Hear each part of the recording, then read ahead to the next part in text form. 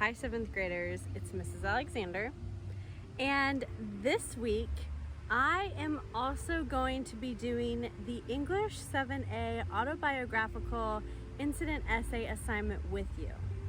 And I'm sitting here in this beautiful courtyard reminiscing on an event that just happened with me and my family. And it has to do with this Christmas tree.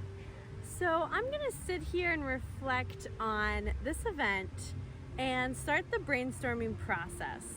Your lessons 4.13, 4.14, and 4.15 do an excellent job walking you through the writing process for this assignment. It explains the details of what you should include in your essay, which we'll also go over in this video.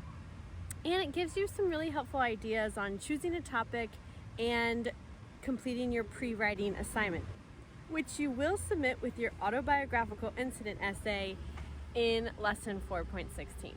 So I'm really excited. I'm going to begin the brainstorming process to help recount this magical event that I had with my family. All right, I'll show you how I do it. Let's go.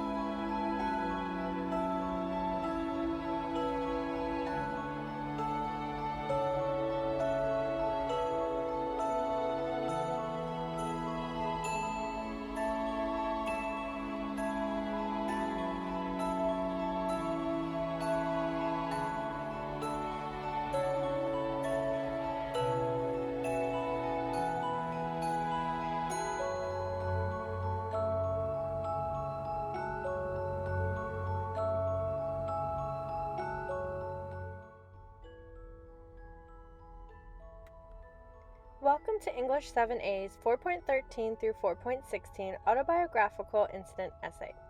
We are learning to write in a clear and concise manner about an event from our personal lives by using first-person point of view, sensory language, and descriptive details.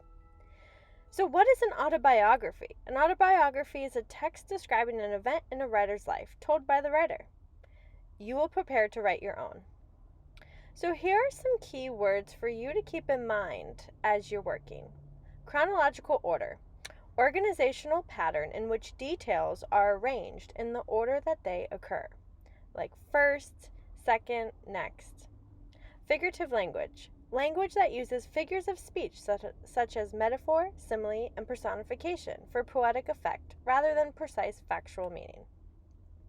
First person point of view, a narration of a story by one of the characters using the first-person pronouns I and me.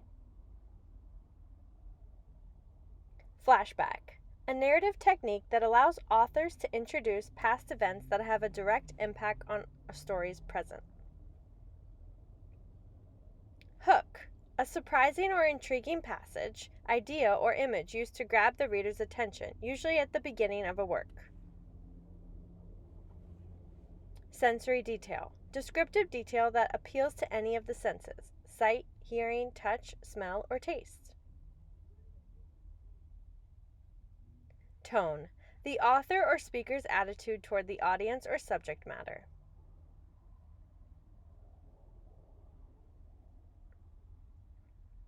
Showing language, words used to create pictures in the mind of a reader, rather than words that merely tell what happened. And some rules for dialogue. Use quotation marks to indicate the words that are being spoken. These black figures are quotation marks. Rule 2. Begin a new paragraph every time the speaker changes.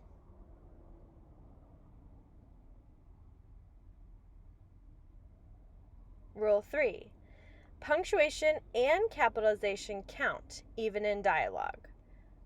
To look further into punctuation rules with dialogue, check your lessons. Rule 4, always tell your reader who is talking.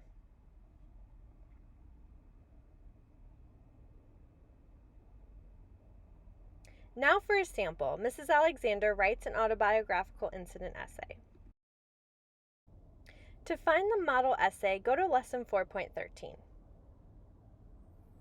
So I sat down the other day to begin writing the essay, but the first thing I had to do was review the model essay and plan. I couldn't just jump right into writing my autobiographical incident essay.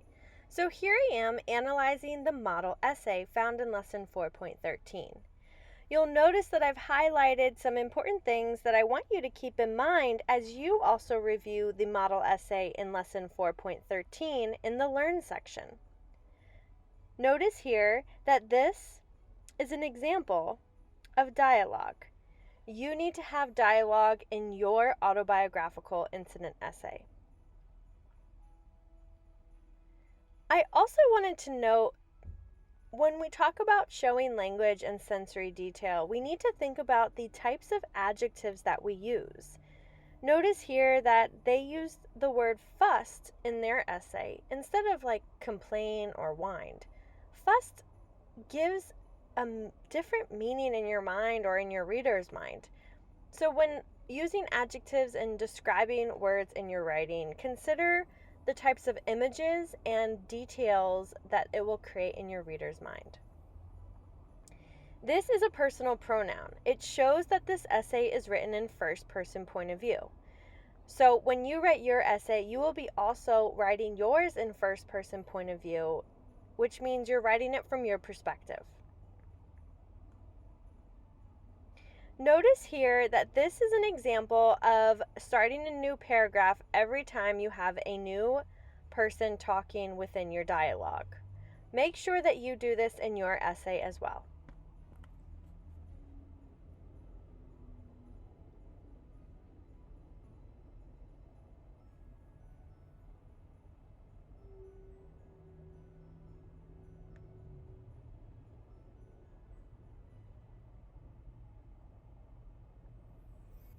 The next thing I need to do after I've reviewed and read the entire essay is I'm going to look at the rubric so that way I understand what it is I need to do.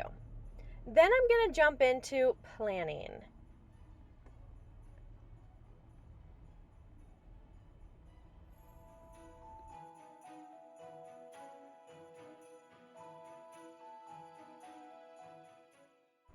So this is the planning document that you can find in your lessons. You will need to submit a planning document in lesson 4.16. You'll notice that you can't edit the planning document. So if you want to write on it, you may want to print it out, and then you would maybe submit a picture or scan it to submit for lesson 4.16. But I'm going to show you in this video that a tool that I used within my Microsoft account. It's called Microsoft Whiteboard. And you're welcome to use any type of planning document that you'd like for your planning assignment. Your lessons 4.13 through 4.15 will walk you through planning and drafting your essay. And one of the big components is spending time planning your essay. So you'll notice here I'm using a tool called Microsoft Whiteboard, and all students have access to this application within their student account. You can click the waffle on the top left. So you'll see I'm planning my essay, which is about my Christmas lights family night out, which was shown in the beginning of this video. So you're seeing me complete this planning document instead of using this graphic organizer. You can use anything that you'd like.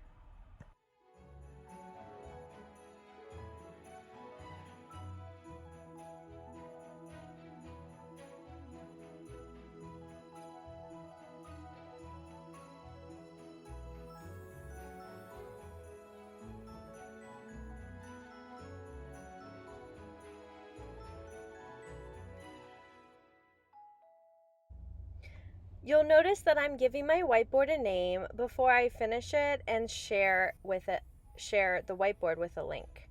So if you want to, now I'm showing you that I've analyzed the rubric, and I actually am putting the rubric on my planning document. You don't have to do this. You can just review the rubric, but I'm putting on my planning document. I'm inserting it as an image because I want it here as I'm planning. I want to make sure I include all of the important elements shown here because this is how I'll be graded on my essay. So I'm going to use this as a checklist to make sure I have everything I need to get the best grade possible on this assignment. Now I'm ready to share it. So you notice on the top right corner, you can click share and grab a copied link. And then on a Word document or a file, whatever you're going to submit with your final draft, you can go ahead and copy and paste that link there. You can also submit a picture or an image of your planning document if you wrote your planning document, whatever is best for you. Here I am finishing my planning, and I'm going to begin drafting my essay soon. I'm going to use my planning document and the rubric to guide my essay writing. I want to make sure, again, that I include all of the important elements in this assignment. I hope you have fun recounting an event in your life. You will submit your planning document and your final draft essay in lesson 4.16 under the first assessment tab. You can upload an image or a document. Happy holidays! Sincerely, Mrs. Alexander.